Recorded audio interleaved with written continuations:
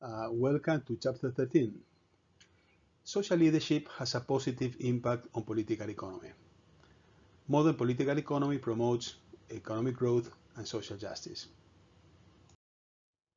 Several economists such as Gregory Mankiw, David Romer, Robert Lucas, Gary Becker, Jason Binzer, and Theodore Schultz demonstrated that economic growth requires human capital. Understanding human capital by knowledge, information, ideas, skills, education, technical schooling, and on-the-job training and health. Economic growth also requires social capital, relationships which generate reciprocity, trust, altruism, social norms, community, and resources such as information, knowledge, business opportunities, money, organizational resources, emotional support. Robert Putnam states that social capital refers to connections among individuals, social networks, and the norms of reciprocity and trustworthiness that arise from them. In that sense, social capital is closely related to what some have called civic virtue. For Putnam, social capital is a resource that promotes human well-being. It fosters cooperation to solve collective issues, collective problems. It promotes trust, which enables more frequent interactions and the reduction of transaction cost. It promotes collective knowledge, creation, and awareness. It facilitates reaching the personal goals of the members of the community. Bonding makes societies stronger and more integrated. Bridging helps societies to grow and expand. Francis Fukuyama considers that social capital is a requisite for a stable liberal democracy to promote cooperation on civic and economic and political realities. Fukuyama defends the notion of trust is required for countries to prosper.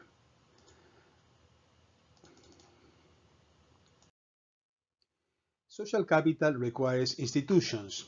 For Douglas North, institutions consist of formal rules, informal constraints, just as norms of behavior, conventions, and self-imposed codes of conduct, and the enforcement characteristic of both.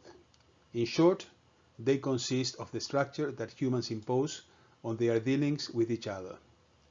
In consequence, they structure incentives in exchange, whether political, social, or economic. Anil Savio Kaburi and Hong Wei Xiao consider that social justice is another prerequisite of economic growth, as social justice impacts technology, labor, capital, which in turn impacts economic performance. Roberto Perotti analyzed the relationship between income distribution and growth, concluding that growth increases as distortionary taxation decreases. Redistributive government expenditure and therefore distortionary taxation decrease as equality increases. As a result, growth increases as equality increases. The second item that Perotti mentions is investment and growth increase as socio-political instability decreases. Socio-political instability decreases as equality increases. As a final consequence, growth increases as equality increases. And finally, Perotti states that growth increases as an investment in human capital increases. For any given degree of imperfection in the capital market, investment in human capital increases as equality increases. Consequently, growth increases as equality increases. The second dimension of modern political economy is social justice. Jeffrey Sachs considers that extreme poverty, a population that has an income below $1 per day, can be eliminated if richer countries provide some primary capital to poor ones to help them to walk out of the poverty trap. What is the poverty trap? According to Sachs, extreme poverty blocks all roads to economic growth. He stated, the key to ending extreme poverty is to enable the poorest of the poor to get their foot on the ladder of development. The development ladder hovers overhead, and the poorest of the poor are stuck beneath it. They lack the minimum amount of capital necessary to get a foothold and therefore needs a boost up to the first rank. What is the solution? foreign help in the form of official development assistance, which helps to jumpstart the process of capital accumulation, economic growth, and rising household incomes. Following this approach, the United Nations established the Millennium Development Goals: no poverty, zero hunger, good health and well-being, quality education, gender equality, clean water and sanitation, affordable and clean energy, decent work and economic growth, industry, innovation and infrastructure, reducing inequalities, sustainable cities and communities, responsible consumption and production, climate action, life below water, on land, peace, justice, and strong institutional partnerships. The results so far have been extraordinary. However, not everyone is optimistic about solidarity. William Russell Easterly questions the impact of foreign aid according to Easterly. According to Easterly, the West already spent $2.3 trillion on foreign aid over the last 5 decades and still had not managed to get 12-cent medicines to children to prevent half of all malaria deaths. The West spent $2.3 trillion and still had not managed to get $4 bed nets to poor families. The West spent $2.3 trillion and still had not managed to get $3 to each new mother to prevent 5 million child deaths. The West spent $2.3 trillion and Amartek is still carrying firewood. It is a tragedy that so much well-meaning compassion did not bring these results for needy people. Easterly criticizes Sachs' approach. Economic development happens not through aid, but through the homegrown efforts of entrepreneurs and social and political reformers. While the West was agonizing over a few tons of $1 billion in aid, the citizens of India and China raised their own incomes by $750 billion by their own efforts in free markets. Once aid agencies realized that they cannot achieve general economic and political development, they could start concentrating on fixing the system that fails to get 12 cents medicines to malaria victims.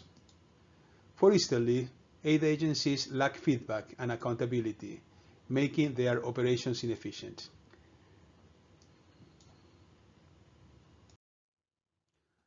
Amartya Sen provides an alternative view. He sees development in terms of capabilities.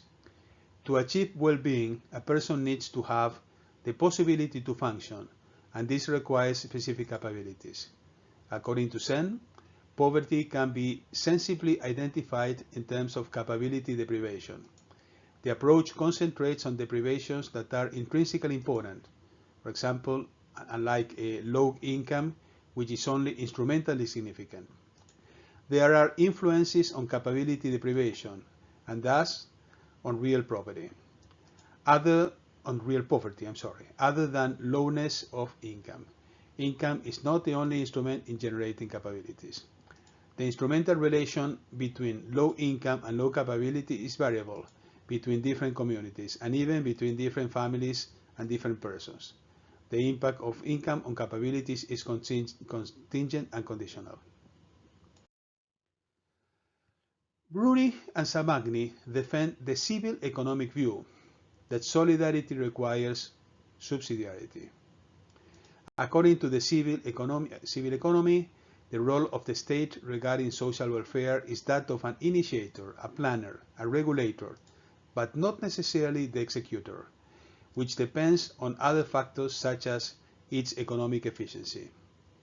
The free markets by themselves may produce social welfare, but in some cases fail to do so. It is in the free initiative of persons and organizations to take an active role. According to them, only civil entrepreneurs who, on top of being innovative, bearing innovative capabilities and being risk lovers, the two features of the entrepreneur according to traditional economics, are capable of the truly relational practices required for realizing such a project.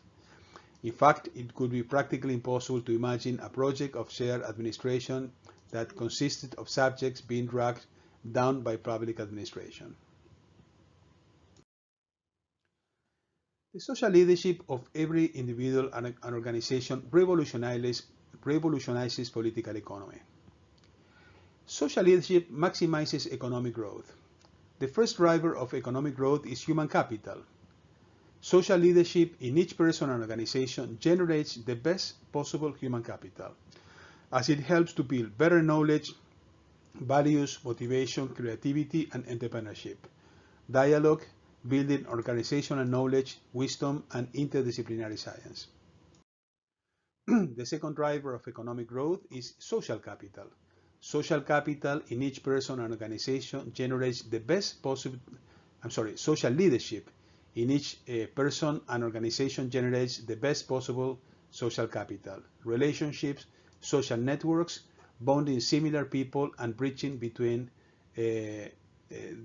diverse people, with norms of reciprocity, the folk wisdom that more people get their jobs from who they know, the goodwill available to persons or groups than others have towards us, the structure and content of each actor's social relations. The social leadership of some individuals would encourage others to change their behaviors and act with social leadership too, generating new cooperative norms and behaviors, reducing transaction costs and minimizing the agency problem, promoting growth and prosperity. Social leadership impacts on institutions as agents perform as expected and solving their limitations. Social leadership is required as institutions do not necessarily cover all the aspects required to ensure the success of the persons and communities. Social leadership impacts on culture, a culture of collaboration and trust. Cultural values influence personal decisions, promote entrepreneurship. Thriftiness has a positive correlation with high national saving rate. Culture impacts on the attitude towards working hard, on the attitude towards government redistribution, welfare, health, care, education, rule of law, accountability, personal effort, morality, reduction of free riding and corruption, efficiency of institutions. If in the game theory model the first player believes that the other players would act with social leadership, then the first player strategy of cooperation would be reasonable, and then the entire society would cooperate. This is valid in every dimension of the political economy. The social leadership of some persons would encourage others to change their behaviors and act with social leadership too. Social leadership could reduce transaction costs and minimize the agency problem, promoting growth and prosperity. In conclusion, social leadership can modify social capital, generating new cooperative norms and behaviors. But in addition, social leadership develops other forms of capital. Social leadership develops higher values such as humanism, justice, and rights, promoting greatness, engines of economic growth.